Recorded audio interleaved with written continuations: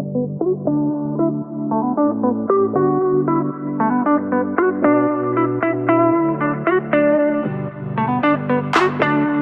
viewers, welcome to Joe's Bench. And anyways, today we are going to be checking out this Gearwrench 88800 3/4 inch Ratchet. I've been looking for one of these for a minute and was kind of eyeing one up at AutoZone, but then this came up for sale at Advanced Auto, not a sponsor, and it was 50% off, so only 20 bucks. I had debated also on getting the Pittsburgh one because it honestly looks identical to this thing. Probably is identical. They advertise that one as an 18, this one a 20. So what I think's going on is this thing is measured out. It is 20 inches in overall length, but really the correct way to measure these is from the center of the anvil to the end, which is 18 inches. So I suspect that Harbor Freight is probably advertising theirs correctly, and they're probably coming out of the same factory, so it's probably the same identical thing, and they want 20 bucks for it too, which, you know, if that's the case, honestly it might be better to go with them because it's probably easier to exchange out the warranty than it's for Gearwrench. But anyways, I ended up I thought this might have a little bit better fit and finish, so I picked, and I had to see anyways if it was, you know, exactly what size it was and if it was the same thing, but that's okay. 20 bucks. I can't believe you can buy a wrench this massive for 20 bucks, or a ratchet, I mean. It's just impressive to me. So anyways, it sounds pretty good. It looks great. If you look here, the anvil play on this thing is just excellent. It is, you know, really just doesn't feel too bad at all. I mean, for a $20 ratchet, it's feels pretty good. And then if you look at the ball detent on that thing, it is dead center, beautiful, you know, stamp down on it to retain it. It feels decent on retention. I don't know if it's like snap-on quality, Thorsten quality retention, but it's not bad. You know, it isn't gonna fall off too easily, but, you know, probably could be a little bit better.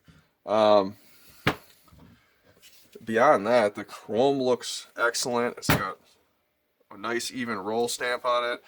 I like the knurling. It's like right in the middle of being, you know, it's like right in the middle. It's not crazy too aggressive. You know, if you were, you know, wrenching on something all day long, it's definitely not going to give you a blister kind of knurling. But I think it's decent. I think it feels good. So far, you know, this thing looks great. I mean, really, for the price and the tightness of it, you know, you got to have some give here. It's going to bind up on you. So all that is, you know, so far I feel like it's, you know, a good value. But we're going to bust it open and see what that mechanism looks like, because honestly that's, you know, important. These things have one of these spiral snap ring things, and it's actually, with these larger ratchets, these things are just ridiculously easy to work with. So they're not bad at all. And you can see this one's actually a little bit sprung out. I believe they do that just to make this thing a little bit tighter. So, but it is made in Taiwan, which I was pleased to see. Not that China doesn't put out good stuff, but generally I'm a lot more happy with Taiwanese stuff. I have a lot of Taiwanese stuff, and it's all performed well, and I have, you know, never been disappointed with it, honestly. So I have been disappointed with some Chinese stuff. But anyways, so with that off, we're gonna go ahead and pop that loose, and we're gonna take a look at this mechanism. And I mean, honestly, I'm not displeased with this thing at all. I think it's not my favorite mechanism. You know, it's not like a New Britain Husky, you know, the older style where it's got, you know, a little bit better design, easier to take apart, with a big paw that kind of just shifts one way or the other. This is a swing paw design. I wish I had, you know, two swing paws, but Still with it, you get, 5 teeth of engagement, and it's got a good, good detent in it. It flips nice and locks nice.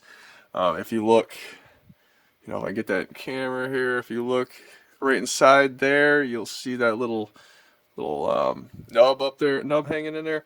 You just get something and you kind of push that down, and then when you push that down, at the same time pull this off, and it will slide off. And then once it slides off, then you expose the pin for the paw, and then that can come out, and then it's fully apart. So, but I'm not going to bother taking it apart because I just don't think it doesn't need it. So, they're kind of a pain to get back together. Totally doable, but not worth it right now. So it's really clean, honestly. It was super dry though, so I've already been into it one time. But anyways, I hadn't seen a video on this thing on how it, there's just been just a couple minute long videos, just people buying it and just kind of giving their, not a deep down look at it and seeing how it works. Just kind of a surface impression of it. But I mean, honestly, I'm pretty happy with it. For $20, I mean, you just can't lose with this thing. I think it's a one-piece forged here, obviously, and time will tell how strong this beam is. I mean, I suspect this thing would easily, put 400 foot-pounds of torque on something, no problem. If you look at that, I don't know if you guys can tell, but that broaching through the middle there, it looks, I mean, really dead center on it.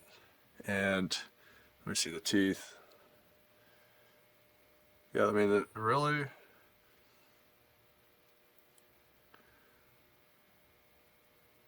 I mean, they might be a little bit pointier right here on this side than they are everywhere else. But for the most part, it looks spot on and right on the money, I think. Look at that camera. So you can see that. Clean, solid. I mean, just a simple ratchet. And I really feel like this was a win. You can't just put this in either way. Some of them you can, but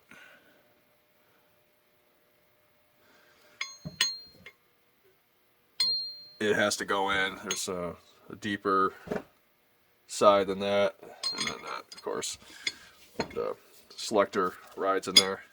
So we'll get that in. These things are just, it also sprung outside that goes down first, but these things are just ridiculous on these big ones to get back together. It's like just nothing. Boom. There it is. It just falls nice. Sounds great. Clackety, the big ones always are. But it's nice to finally have one. I suspect for my purposes, I don't do this kind of stuff. I ain't gonna use this thing more than a couple of times a year, honestly. But I expect for my purposes, this thing will probably last the rest of my life. Judging by it, I got a Thorsten half-inch ratchet that I use that's circa 80s. That's actually got that same exact mechanism in it that this one does. So they're reliable regardless. It's a super copy design, and but it's nice and tight, and I'm pretty happy with it. So really, when I seen it and picked it up, I just was like, wow, I can't believe this is a $20 ratchet. So, and it's just cool. It's just cool looking. I mean, let me compare it to the